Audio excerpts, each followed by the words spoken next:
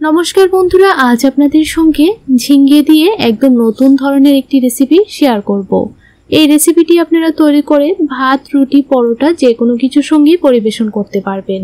কিভাবে তৈরি করেছি পুরো রেসিপিটি অবশ্যই দেখুন বন্ধুরা, রেসিপিটি তৈরি করার জন্য প্রথমে আমি এখানে 250 গ্রাম ঝিঙ্গে নিয়ে নিলাম। এখন ঝিঙ্গের এই শক্ত অংশটা কেটে বাদ দিয়ে দিতে হবে। এইভাবে ভালো করে কেটে বাদ দিয়ে দিচ্ছি। আর এই রেসিপিটা তৈরি করার জন্য এখানে আপনারা একদম কচি ঝিঙ্গে নিয়ে নেবেন, তাহলে এই রেসিপিটা খেতে আরো বেশি টেস্ট হবে। দেখুন, সবগুলি ঝিঙ্গের শক্ত অংশগুলি কেটে বাদ দিয়ে দিলাম। এখন চাকু দিয়ে এইভাবে স্লাইস করে কেটে নিতে হবে। এখানে আমি একটু মোটা মোটা করে স্লাইস করে কেটে নিচ্ছি। আপনারা চাইলে মাঝখান থেকে একটু কেটেও দিতে পারেন বা এইভাবেও কেটে নিতে পারেন। এখন সবগুলি ঝিঙ্গে ধুয়ে একটা বাটির মধ্যে নিয়ে নিলাম। অন্যদিকে চুলায় একটা কড়াই বসিয়ে 2 টিস্পুন সাদা তেল নিয়ে নিলাম। তেলটা ভালো করে গরম করে নিয়েছি। একটা বড় সাইজের পেঁয়াজ স্লাইস করে কেটে দিয়ে দিলাম। পেঁয়াজটাকে হালকা একটু ভেজে নেব। দেখুন, পেঁয়াজটাকে একটু ভেজে নিয়েছি। এখন দিয়ে দিচ্ছি 3 থেকে 4টা রসুন কুচি করে কেটে, আর দিয়ে দিলাম 4টে কাঁচা লঙ্কা কুচি। আবারও ভালো করে পেঁয়াজ, রসুন আর কাঁচা লঙ্কা ভেজে নিতে হবে। এখন দিয়ে দিচ্ছি 1 চামচ নুন। নুনটা দিলে কিন্তু পেঁয়াজটা খুবই সফট হবে আর খুব তাড়াতাড়ি ভাজা ভাজা হবে।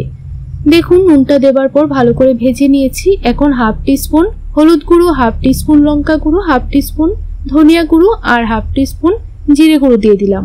এখন সবগুলি মশলা আবারও পেঁয়াজের সঙ্গে একটু সময় কষিয়ে নিচ্ছি। আপনারা চাইলে এই পর্যায়ে অল্প একটু জল দিয়ে দিতে পারেন, তাহলে কিন্তু আর মশলাটা পুড়ে যাবার ভয় থাকে না। এখন এখানে আমি 1 কাপ মসুর ডাল ভালো করে ধুয়ে 10 মিনিট ভিজিয়ে রেখে দিয়েছিলাম। মশলার সঙ্গে খুব ভালো করে মসুর ডালটাকে ভেজে নেব। প্রায় 3 থেকে 4 মিনিট গ্যাসের ফ্লেমটা লোতে রেখে ভেজে নিয়েছি। এখন দিয়ে দিচ্ছি কেটে রাখা ঝিঙ্গেগুলি। সবগুলো ঝিঙ্গে দিয়ে দিলাম। এখন ভালো করে মশলার সঙ্গে 1 থেকে 2 মিনিট কষিয়ে নেব। ঝিঙ্গের মধ্যে কিন্তু অনেকটা পরিমাণ জল থাকে, তাই বন্ধুরা এখানে কিন্তু একদমই জল দেবেন না। ঝিঙ্গের মধ্যে যে জলটা থাকে সেই জল দিয়ে কিন্তু ডাল এবং ঝিঙ্গে সেদ্ধ হবে। এখন 1 মিনিটের জন্য ঢাকা দিয়ে দেব। দেখুন বন্ধুরা, 1 মিনিট পর ফিরে আসলাম। বারবার একটু একটু ঢাকা দিয়ে উল্টিয়ে পাল্টিয়ে দেবেন, যেন কড়াইয়ের নিচে লেগে না যায়। আবারও ঢাকা দিয়ে দিলাম 3 থেকে 4 মিনিটের জন্য। এখন বন্ধুরা আপনাদেরকে 3 থেকে 4 মিনিট পর দেখাচ্ছি। দেখুন বন্ধুরা, ডাল এবং ঝিঙ্গে কিন্তু ভালো করে সেদ্ধ হয়ে গিয়েছে। আর যখন ঝিঙ্গেটা রান্না করবেন তখন কিন্তু গ্যাসের ফ্লেমটা একদম লোতে রেখে রান্নাটা করবেন, তাহলে দেখবেন ডাল আর ঝিঙ্গে খুব সুন্দরভাবে সেদ্ধ হবে। এখন 1 চামচ দিয়ে দিলাম গরম মশলার গুঁড়ো আর 1 চামচ দিয়ে দিলাম ঘি আর গরম মশলার গুঁড়োটা দিয়ে ভালো করে মিশিয়ে নিতে হবে। বন্ধুরা, এইভাবে একদিন হলো আপনারা বাড়িতে ঝিঙ্গে রান্না করে খেয়ে দেখবেন। ভাত, রুটি, পরোটা যে কোনো কিছুর সঙ্গে কিন্তু খেতে অসাধারণ লাগবে।